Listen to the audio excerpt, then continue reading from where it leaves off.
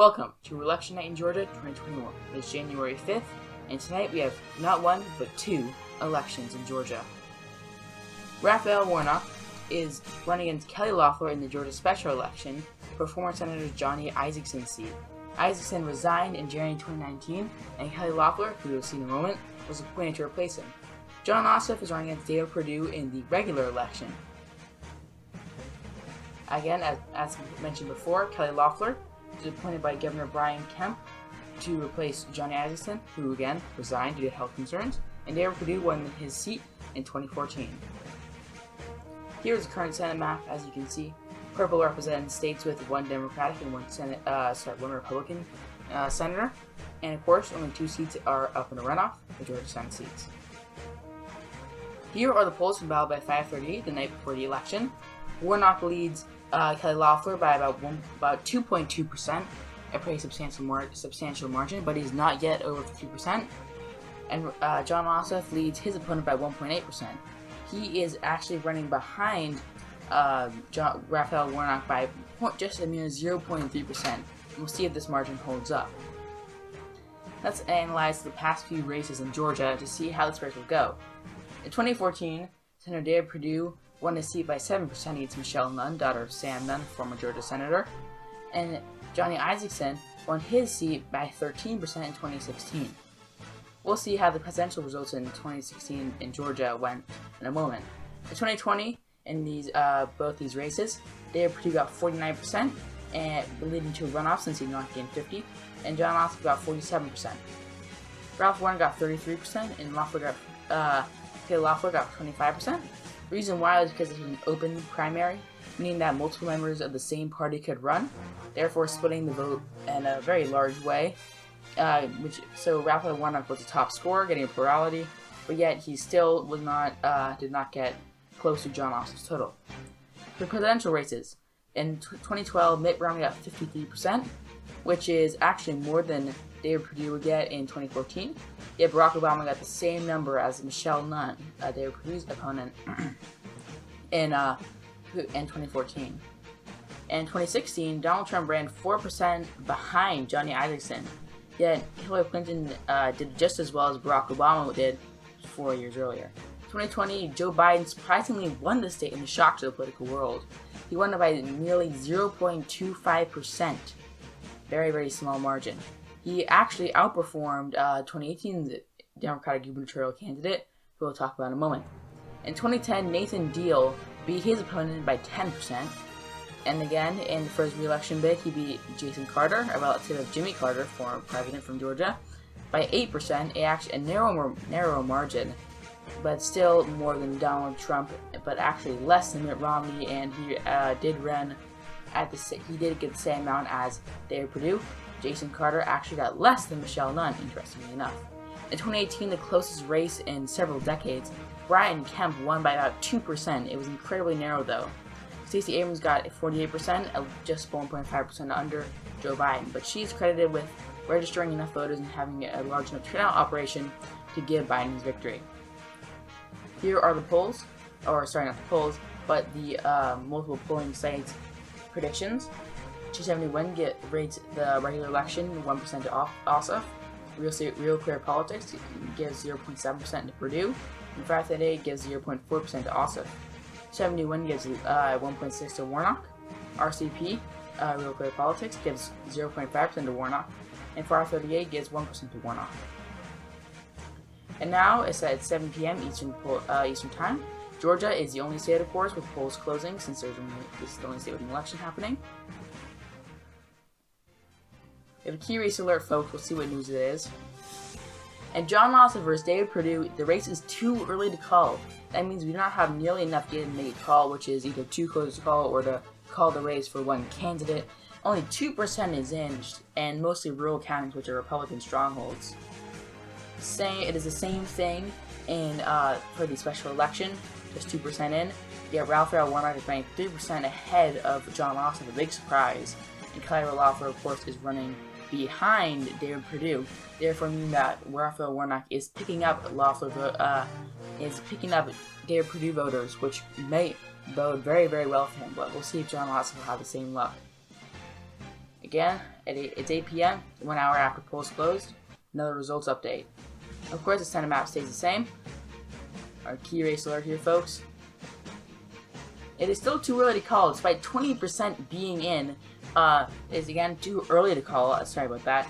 Jon Ossoff has not yet cracked 40%, and David Perdue is still just barely above 60%. But again, 20% in. We'll expect this one to be called as too close to call shortly. And again, too early to call in the other Senate race. Raphael Warnock is at 40%, running just running ahead of Jon Ossoff in a much more narrow margin, while Kelly Loeffler runs below David Perdue again by about 0.2%. Still pretty narrow. We'll see if it makes a difference though. It's 8:45 p.m. 1 hour and 45 minutes after polls closed. We'll see if there are any more news. The key race alert here, folks. It is now too close to call. The surprise here, 25% in just in the last 45 minutes. Yes, modern technology, the wonders of it. But Jon Ossoff is now running 10% behind David Perdue, yet there is still a lot of data to 55% of precincts still to report, therefore meaning that we're not going to call the seat for any candidate yet. It is the same here in the special election. 45% in. Raphael Warnock is actually running surprisingly behind Jon Ossoff, while Kelly Loeffler has picked about 1% of voters. Again, 1% may seem like not much, yet still, it can make a difference in these Senate races. 9:30, about 2.5 hours after the polls have closed, we have some updates here for you all. The Senate map still remains the same. We'll update that when the race is called. Here are the key race alerts here, folks. It is still too close to call with 60% in, another 15% of precincts reporting. It has gotten a lot narrower though. Sorry about that, everyone. About 6% separate the two candidates here. Just over 6%, and 6% in.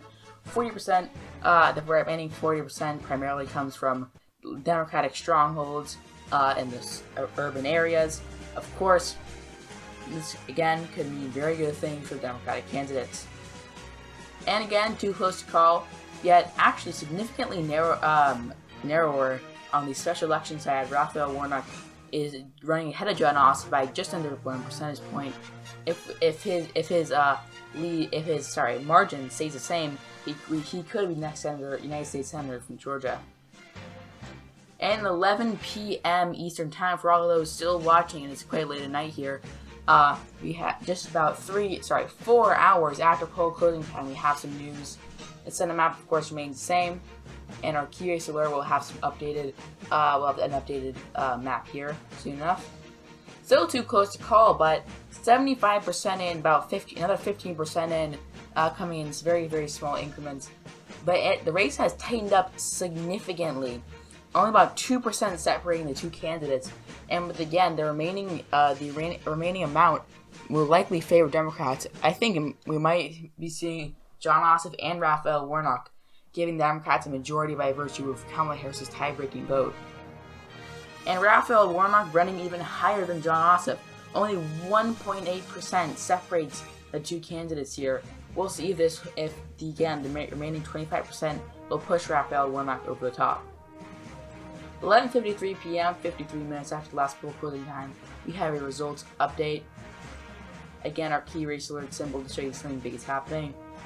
It is too close to call, but 2%, a mere 2%, 90% in now, a lot in the past 53 minutes, about 15%, as has been customary, has poured in from sites across the state, and 2%, a mere 2% has come in, and with its remaining 10%, this is going to get real close, folks. I'm suspecting under 1% could separate these two candidates in the end. And Raphael Warnock and Kelly Loeffler are tied, virtually tied. Only a few thousand votes separate the two. And we'll see if, again, the remaining 10% could push Raphael Warnock over the top with such a slim margin. I'm sure many people are confident in that. A lot of people are very excited in Raphael Warnock camp, while the Kelly Loeffler side, many people are disappointed. And we'll see if a lot more of the mail-in ballots from primarily Democratic areas will give Warnock the Senate seat. At 1 a.m., about 2 hours after just about 2 hours after the last poll closing, and several hours after the polls close, we have another results update. Here we see our key race alert, and we'll tell key race projection, folks. I apologize for that error. We now have new data making a projection of one of the races. We'll see, and I bet you all can guess which one it is. Raphael Warnock has won the Senate seat in Georgia, replacing Kelly Loeffler, who would then replace Johnny Isakson. Well, therefore, he won Johnny Isakson's seat. He will be the next United States Senator from Georgia, giving the Democrats 49 seats in the Senate compared to the Republicans 50, and one is now up for a runoff. This is very good news for the Democrats, and if Jon Ossoff can run up, it can stay close to his margin, he very well may give the Democrats the majority in the Senate, as mentioned before, and become the next United States Senator from the state of Georgia. Here we have it, folks, 95% in, and again, we only call these races when we are about 100% confident of a victory. About 1% separates these two candidates, but that 5% primarily from Democratic counties and urban areas will certainly not change that. Raphael Warnock will be the next senator from the state of Georgia. Our current Senate map, as you can see, I should say one runoff, and we hope we don't make that mistake in the future. As you can see, green is the new color, one Democrat, one runoff. As Jon Ossoff's race is still to call, but the Democrats now have 49 seats. Again, that should say 49. We apologize for that. And now let's check in on the other Senate race. Yes, 12 p.m. Eastern Time. It's been 11 hours and nearly a day since the last poll closing, but Jon Ossoff and David Perdue, their race has not been called yet. Here we have a key race alert, folks. We'll see if it brings any changes. Jon Ossoff and David Perdue are virtually tied with 97% reporting, and we're 3% left to call. We'd be surprised if Jon Ossoff didn't win at this point with the mail-in ballots, but we'll see if David Perdue and the more moderate voters, maybe even suburban voters, come through for him, and the certain voters voted for Perdue and Warnock. Well, that is unlikely, folks, but it's not out of the realm of possibility. 2:30 a.m. Eastern Time, we have another results update from the Georgia Senate race, and as you can see, the key race alert sign, it is again too close to call with 1.8% separating two candidates, 99%, and we'll see if that last 1% will push Jon Ossoff over the top. It's a very narrow lead, but we're certain that it will shrink, and Jon Ossoff, again, may become next United States Senator from Georgia, but at this point, we apologize, folks. David Perdue may retain his Senate seat. Now, here you have it, January 7th, about 2 days after the polls closed, and there are still votes to count. A lot of recounts have been demanded, and as you can see, we now have a key race projection. We'll now be able to project this Senate seat. People on Jon Ossoff's side are very excited, hoping that last 1% really pulled through. If turnout in primarily Democratic counties was high enough to give him the Senate seat and give Democrats the majority. It is very important for President-elect Joe Biden's agenda. If he'll be able to pull it through Congress with a Democratic majority, be significantly easier than with a Republican majority. Let's see, folks. The Republicans will retain the United States Senate. They now have 51 seats, and of course you can probably guess where that one seat came from. Mitch McConnell will stay the majority leader, as David Perdue has won that Senate seat, or retained that Senate seat. He has beaten Jon Ossoff. We'll see the margins here, folks, by 0.8% with 100% reporting, an extremely narrow margin. But as you can see, Jon Ossoff running about 0.9% behind Raphael Warnock. A big disappointment, especially for the Democrats who poured time and money and resources into the state, hoping to win it. Same with the GOP. Both President Trump and President-elect Biden spent a lot of time here. Former President Barack Obama, Vice President-elect Kamala Harris, many surrogates on the Republican side. All of them came here, and it paid off. Each side won one Senate seat, but not enough for the Democrats to win the United States Senate. And here at the Senate balance of power, 2 independents, both caucus the Democrats. That makes it 49-51 for all who are confused. And we have the House balance of power, like they won half of the legislative branch, and the presidency, the executive branch. They do not have the judicial branch, but that's not very important right now. Yes, but they have won the House, but not the Senate. Again, here we see it, 0 independents, 213 Republicans, and 222 Democrats. And the current Senate map, 51-49, the 117th Congress. Again, one of each. Georgia has become a purple state, colored same as West Virginia, Ohio, Pennsylvania, Maine, Wisconsin, and Montana. So, there we have it, folks. Thank you all for watching. Please like and subscribe for more. Hit the notification bell for more election nights like this. It would really mean a lot to me. I'm having a 13 colonies election night, which I worked really hard, and I'm sure you all will love it. So yeah, subscribe for more of that. Hit the notification bell so you get instantly notified when it comes out. Again, like so you can more people can see this content. Comment down below your prediction. Again, it's probably be releasing on the day of the Georgia Senate races. I filmed this on Monday night. So, yes, this does not reflect my actual prediction, which you can watch if you look at my videos. It was the one right before this video, or actually, second one right before this video before this. If you live in Georgia, Republican, Democrat, you can vote if you still can. You have a unique opportunity to make your voice heard. So, yes, thank you all for watching, and I'll see you next time.